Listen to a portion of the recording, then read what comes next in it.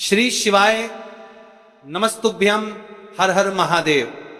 दोस्तों, जैसा कि आप सभी लोग जानते हो कि 26 अक्टूबर 2025 यानी कि रविवार के दिन इस पवित्र कार्तिक माह के कृष्ण पक्ष की पांडव पंचमी पड़ रही है और यह कार्तिक माह में पड़ने वाली सबसे बड़ी और विशेष तिथि है, क्योंकि यह रविवार वाले दिन पड़ रही है और इसका बहुत ही बड़ा और विशेष महत्व होता है। शिव महापुराण की कथा में बताया गया है कि अगर कभी मौका लग जाए और कार्तिक महीने की पांडव पंचमी पड़ तो आपको या फिर आपके किसी भी घर के एक सदस्य को इस 5 शुद्ध आटे के दीपक 11 चावल के दाने वाले उपाय को तो अवश्य ही करना चाहिए। ऐसे मौके बार बार नहीं मिलते, केवल वर्ष में एक बार इस उपाय को करने का मौका मिलता है। बहुत सारे ऐसे लोग होंगे जिन्होंने आज तक इस उपाय को किया ही ना हो। तो देखिए, आज हम इस उपाय को आपको अच्छे तरीके से बताने वाले हैं और समझने वाले भी है कि इस उपाय को करने से आखिर आपको किस फल की प्राप्ति होगी,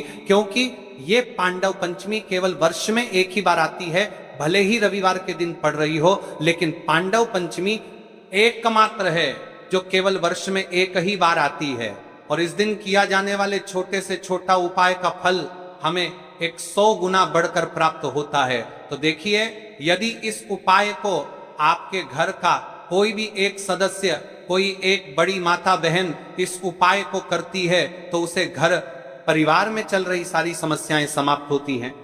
मेरी कई सारी अन्य माताएं बहनें बहुत परेशान हैं, उनके जीवन में बहुत परेशानियां चल रही हैं और उनको पता भी नहीं है कि इसका मुख्य कारण क्या है, कि किस वजह से चल रही है, हमसे क्या गलती हुई है, हमसे क्या भूल हुई है कि ये जो समस्या है वह समाप्त ही नहीं हो पा रही है। आप रोज शिव मंदिर जा रहे हो, शंकर को जल समर्पित कर रहे हो, बाबा से प्रार्थना भी कर रहे हो कि हमारे जीवन में चलने वाली समस्याएं समाप्त हो जाए। तो देखिए, ये जो 26 अक्टूबर कार्तिक ने कर रहे हो तो चमाक तो पूरी तरीके से कार्तिक ने कर रहे हो कि माचार्यो करिगार्ती का नाकात्र खा नाका माह के कृष्ण पक्ष की ये जो पांडव पंचमी पड़ रही है, इस दिन किया जाने वाला ये एकमात्र उपाय, मात्र 5 शुद्ध आटे के दीपक 11 अक्षत चावल के दाने वाला उपाय को तो आपको अवश्य ही करना है। इस उपाय को करने से आपके जीवन में चल रही सारी समस्याएं समाप्त होगी, स्थायी लक्ष्मी का वास होगा, धन धान्य में वृद्धि होगी।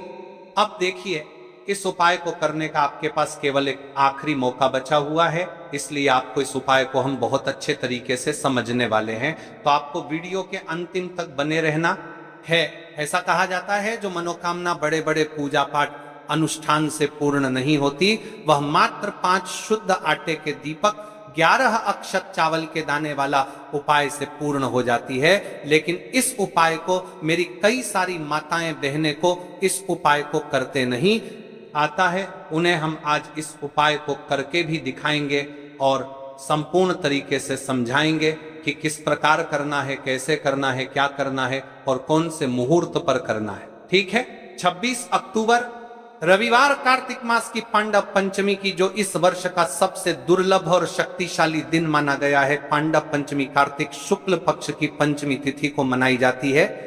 यह वही दिन है जब पांडवों ने अपने वनवास और अज्ञातवास के बाद पुनः अपने अस्त्र शस्त्र उठाकर विजय का संकल्प लिया था। इसी कारण इस तिथि को कहा गया लाभ पंचमी या विजय पंचमी, क्योंकि इस दिन आरंभ किया गया हर कार्य लाभ और सफलता लेकर आता है। भगवान शिव, मां लक्ष्मी और श्री गणेश, तीनों देव शक्तियां इस दिन एक साथ सक्रिय होती हैं, इसलिए इस दिन किया गया प्रत्येक उपाय अत्यंत फलदायी होता है। पांडव पंचमी इतनी विशेष क्यों मानी जाती है?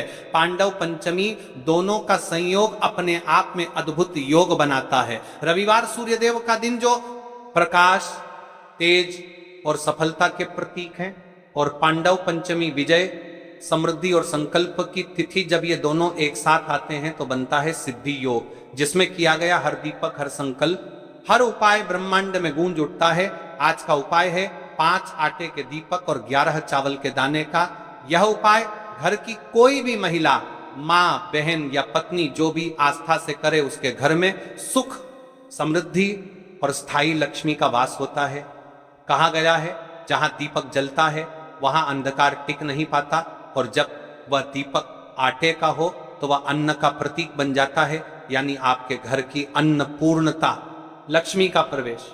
अब ध्यान से सुनिए, इस उपाय को करने का सबसे उत्तम समय, इस उपाय को रात्रि 7:00 के बाद करें, क्योंकि यही वह समय है जब सूर्यास्त के बाद देवताओं की ऊर्जा पृथ्वी पर उतरती है। शास्त्रों में इसे संध्या काल कहा गया है। यह वह क्षण है जब प्रार्थना तुरंत सुनी जाती है। यदि इस दिन घर की कोई भी एक माता बहन या घर का कोई भी एक सदस्य इस 26 अक्टूबर रविवार वाले दिन इस उपाय को करता है तो उसे घर में किस किस फल की प्राप्ति होती है, ध्यान से सुनिए।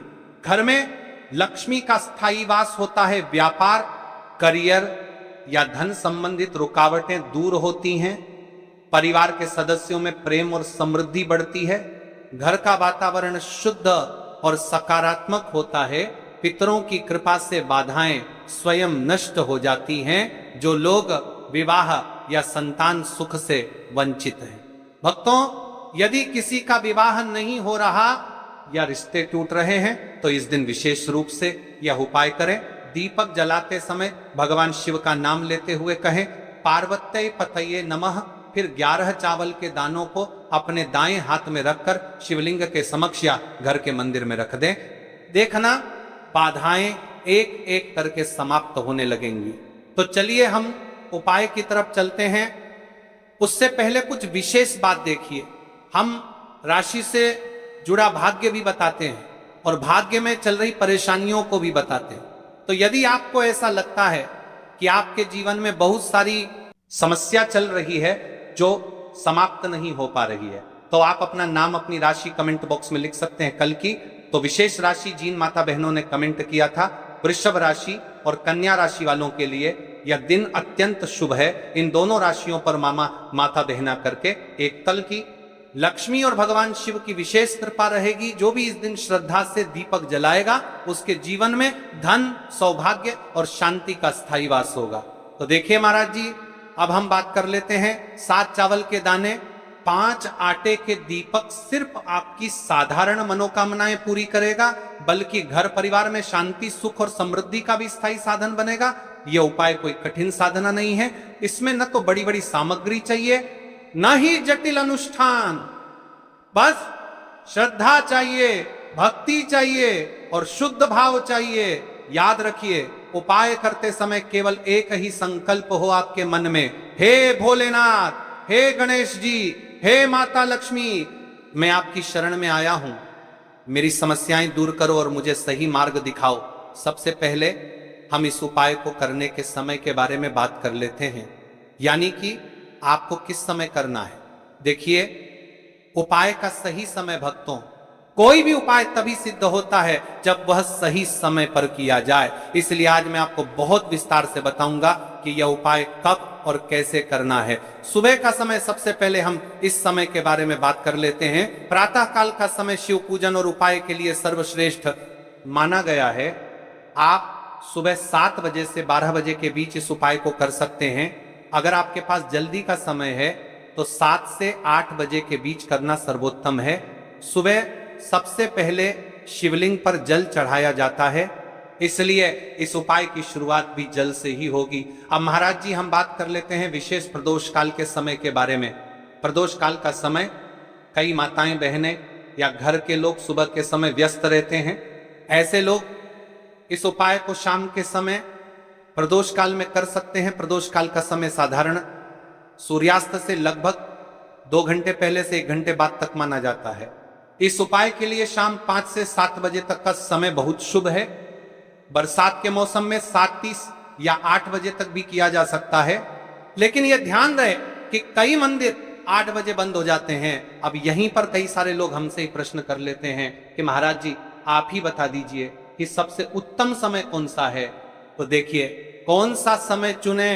अगर आप दोनों उपाय 31 चावल और 5 दीपक साथ करना चाहते हैं तो सुबह का समय चुने। अगर आप केवल दीपक वाला उपाय करना चाहते हैं तो प्रदोष काल का समय भी उत्तम है, लेकिन यदि मनोकामना की पूर्ति और संपूर्ण फल की इच्छा रखते हैं तो सुबह का समय सबसे श्रेष्ठ रहेगा। उपाय की सामग्री के बारे में जान लेते हैं। अब देखिए महाराज जी, हम अब बात कर लेते हैं 7 चावल के दाने वाले उपाय के बारे में। ठीक है, देखिए, आपको 5 आटे की दीपक और 7 चावल के दाने वाले उपाय को साथ में ही करना है, लेकिन सबसे पहले हम बात कर लेते हैं 7 चावल के दाने वाले उपाय के बारे में। 7 चावल के दाने 7 अंक का विशेष महत्व है। यह पूर्णता और 7 लोकों का प्रतीक है। ध्यान रहे ये चावल शुद्ध और अखंड होने चाहिए। फूटे हुए या टूटा हुआ कोई भी दाना नहीं चलेगा।